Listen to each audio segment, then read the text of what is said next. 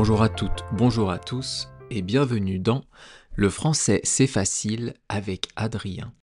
J'ai créé ce podcast basé sur les expressions françaises pour toutes les personnes qui souhaitent apprendre le français. Ces expressions peuvent être utilisées en toutes circonstances et c'est ça qui fait leur intérêt. Et aujourd'hui, on est le mercredi 7 mai 2025 et on va parler d'une expression qui tient en 3 mots. Ces 3 noms communs, métro, boulot, dodo. Et vous l'entendez, dans cette expression, il y a le mot métro.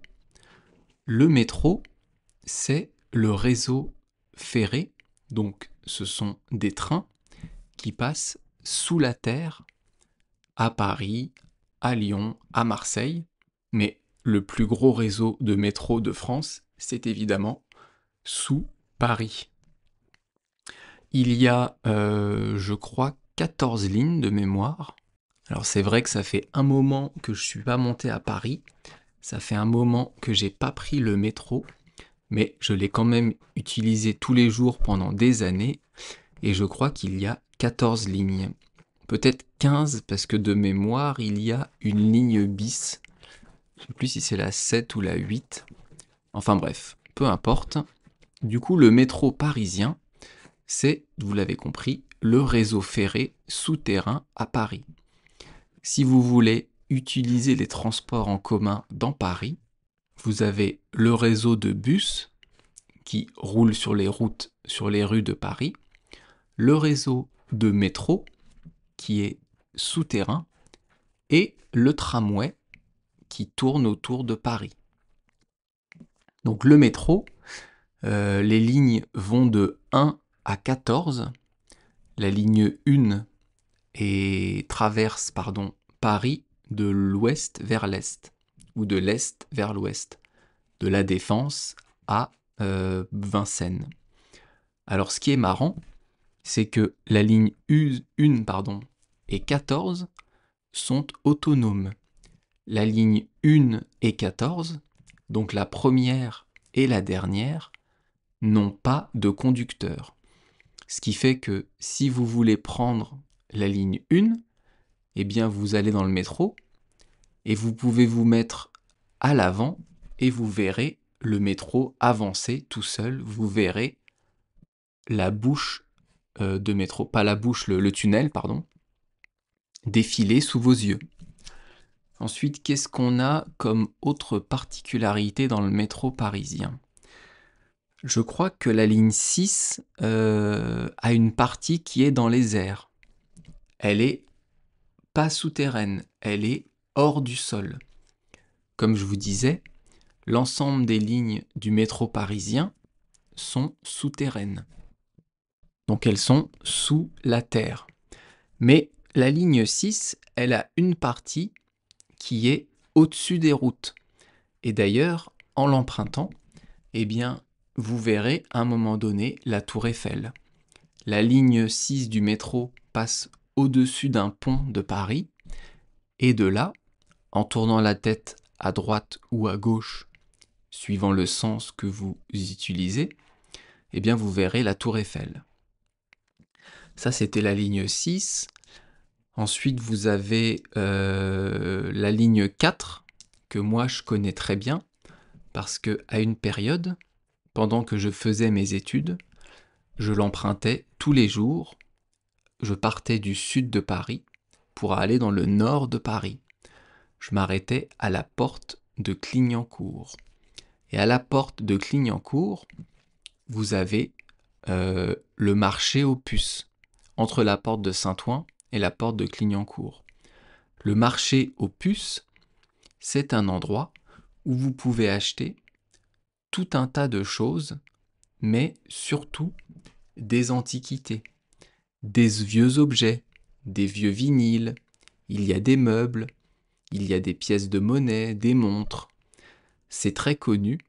Si vous visitez Paris, allez faire un tour au marché aux puces, c'est très sympa. Et qu'est-ce qu'on a d'autre sur le métro, sur les lignes ? Ah oui, j'ai pris pas mal aussi la ligne 13. Alors, comment dire? La ligne 13, à partir de la porte de Clichy jusqu'au bout, donc jusqu'au nord-ouest, ça sent très mauvais. Je ne sais pas pourquoi, je ne sais pas si c'est encore le cas à l'heure actuelle, mais quand je prenais le métro, quand je prenais la ligne 13, l'odeur était horrible. Je sais pas d'où ça vient, mais c'était vraiment atroce. Cette ligne 13, je m'en souviens très bien. Oh, mon stylo est tombé. La ligne 13, c'est la couleur bleu ciel. Pour repérer les lignes dans Paris, vous avez différentes couleurs. Par exemple, la ligne 1, c'est la couleur jaune. La ligne 13, bleu ciel. La ligne 4, c'est à peu près rose foncé ou violet plutôt. Comme ça, vous pouvez vous repérer. D'ailleurs, à ce sujet, il y a un Français qui s'appelle Laurent Deutsch, qui a sorti un livre il y a quelques années et qui s'appelle Métropolitain. Métropolitain, c'est le nom complet du métro. Métro, c'est le nom raccourci. C'est une abréviation. Eh bien, dans ce livre Métropolitain, vous avez tout un tas d'histoires sur Paris. C'est historique en rapport avec les stations de métro. C'est un livre très intéressant. Je vous le conseille si l'histoire de Paris vous intéresse. Et tout de suite, on va continuer notre série sur la ponctuation. On a déjà vu le trait d'union, on a déjà vu le point, la virgule, le point-virgule, et aujourd'hui on parle du point d'interrogation.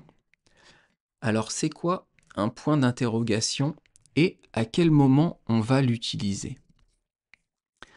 Le point d'interrogation, c'est un signe de ponctuation qui va finir une phrase interrogative. Alors vous me direz, c'est quoi une phrase interrogative? Eh bien une phrase interrogative, c'est une phrase qui pose une question. Quand vous voulez poser une question, eh bien vous allez utiliser une phrase interrogative. Le point d'interrogation, il finit une phrase interrogative directe. Une question posée de manière directe. Si c'est une question indirecte, il n'y aura pas de point d'interrogation. Je vais vous donner des exemples pour faire la différence. Alors, le premier exemple, c'est « Quelle heure est-il » ? Quelle heure est-il ? Ici, c'est une question directe, donc on met un point d'interrogation à la fin. La même question, ou quasiment la même, de manière indirecte, ça serait « Il demande l'heure qu'il est ». Il demande quelle heure il est. Ça, c'est une question indirecte. Et donc, on ne met pas de point d'interrogation. Cette question indirecte se finit par un point classique. Autre exemple, que va-t-on manger ce soir ? Que va-t-on manger ce soir ? Ça, c'est une question directe. Donc, elle se termine par un point d'interrogation. Question indirecte, elle ne sait pas ce qu'on va manger ce soir. Ou elle s'interroge sur ce qu'on va manger ce soir. Ou elle se demande ce qu'on va manger ce soir. Ça, c'est une question indirecte et donc qui se termine par un point. Allez, on fait un dernier exemple. Question directe. Qui a prévu de venir à ce dîner ? Qui a prévu de venir à ce dîner ? Ça, c'est une question directe. Elle se termine par un point d'interrogation. Question indirecte.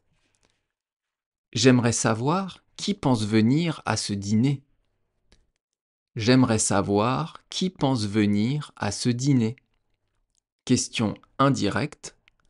et donc ça se termine par un point. J'espère que vous saisissez la nuance. Ensuite, qu'est-ce qu'il y a à savoir sur le point d'interrogation? Le point d'interrogation, il est en deux parties. Vous voyez, en dessous, donc en bas, il y a un point, et au-dessus, il y a une espèce de forme un peu arrondie.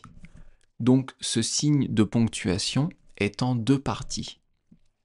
Et je vous disais hier que quand on a un signe de ponctuation en deux parties, eh bien on met un espace avant et après. Donc ici, avec un point d'interrogation, vous mettez un espace avant et après.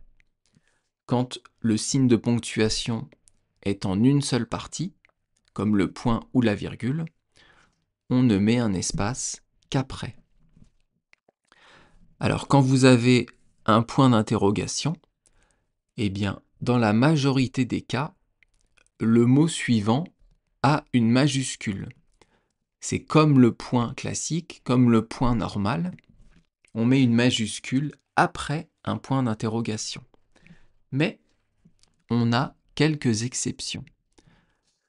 Par exemple, si vous faites une liste de propositions, eh bien, on va mettre des points d'interrogation sans majuscule.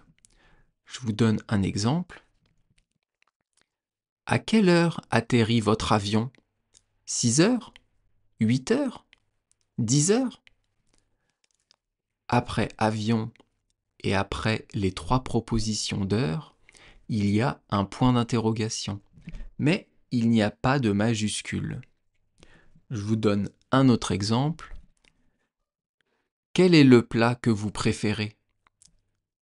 La choucroute? La blanquette? Le hachis parmentier? Ici, on a aussi une liste de propositions, avec donc des points d'interrogation, car c'est une question, mais il n'y a pas de majuscule sur ces propositions. Et avec ça, on vient de finir l'étude du point d'interrogation. Donc vous voyez, ce n'est pas très compliqué, mais je pensais que c'était bien de faire un petit podcast là-dessus pour vous expliquer ce que c'est et à quoi ça sert. J'imagine que si vous avez commencé à apprendre le français il y a un moment, vous savez ce que c'est, mais si vous êtes débutant ou entre débutant et intermédiaire en français, eh bien c'est bien de savoir ce que c'est que le point d'interrogation et à quel moment on l'utilise. Et maintenant, on passe à l'expression du jour, métro, boulot, dodo. Alors, c'est quoi ces mots? Métro, on en a parlé au début du podcast. Le métro, c'est le métropolitain, c'est le réseau de trains qui circulent sous les grandes villes françaises. Le plus grand métro de France, c'est à Paris. Ensuite, vous avez le mot boulot. Alors, le boulot, c'est le travail, c'est le métier. Comme je n'ai pas grand-chose à dire sur ce mot, je vais vous faire une liste de synonymes. Les synonymes, ce sont les mots qui veulent dire la même chose que boulot. J'en ai trouvé quelques-uns, et donc vous allez pouvoir, je pense, apprendre de nouveaux mots. On a cette chance en français, c'est d'avoir beaucoup de mots pour dire la même chose. Alors vous allez me dire, mais à quoi ça sert? Eh bien, ça sert à utiliser ces mots dans différentes situations. En fait, ces mots veulent dire la même chose, mais selon la personne qui est en face de vous, suivant la situation dans laquelle vous êtes, vous n'utiliserez pas le même mot. Par exemple, le taf, c'est le travail, c'est le métier. Si je suis avec un ami, je peux lui dire « j'ai trouvé du taf ». Si je suis avec une personne que je ne connais pas ou que je connais depuis très peu de temps, je vais lui dire « j'ai trouvé un emploi » ou « j'ai trouvé un métier ». Donc je vais vous faire une petite liste de synonymes qui veulent tous dire boulot. Alors boulot, c'est le travail. On peut dire l'activité professionnelle. Ou alors le métier ou l'emploi, comme je vous disais. Ça peut être aussi la besogne ou la tâche, le gagne-pain. On peut dire aussi le job, le taf, le turbin. Vous voyez, il y a beaucoup de mots pour dire le métier.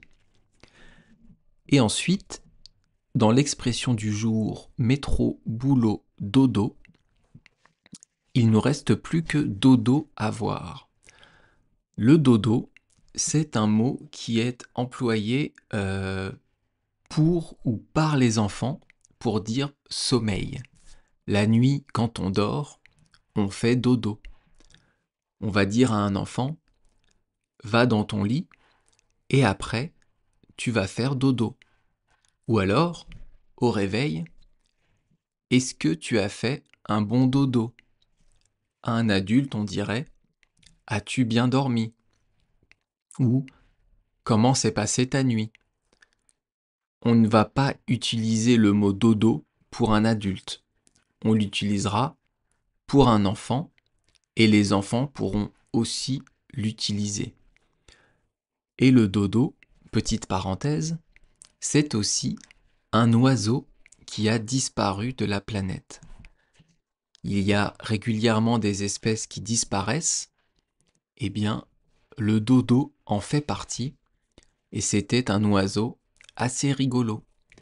Tapez dodo sur Google Images plutôt, ou un autre moteur de recherche d'images, et vous verrez des photos de cet oiseau. Alors ça veut dire quoi? Métro, boulot, dodo. Si vous voyez ou si vous entendez quelque part métro, boulot, dodo, eh bien ça veut dire la routine. Ça veut dire vivre une vie qui ne change pas. Ça veut dire vivre tous les jours la même chose. Votre quotidien va être le même. Ça va être la même routine. Vous allez vivre tous les jours la même chose, sans surprise, sans loisir. Vous prenez le métro le matin pour aller travailler, vous faites votre boulot, vous rentrez chez vous, vous dormez, et tous les jours vous refaites la même chose. Le matin le métro, après le boulot, et le soir le dodo. Métro, boulot, dodo.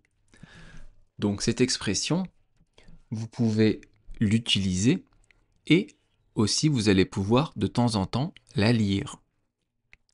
D'ailleurs, dans le podcast de demain, qui va être une chanson de Daniel Balavoine, chantée par Daniel Balavoine, et qui est tirée de la comédie musicale Starmania.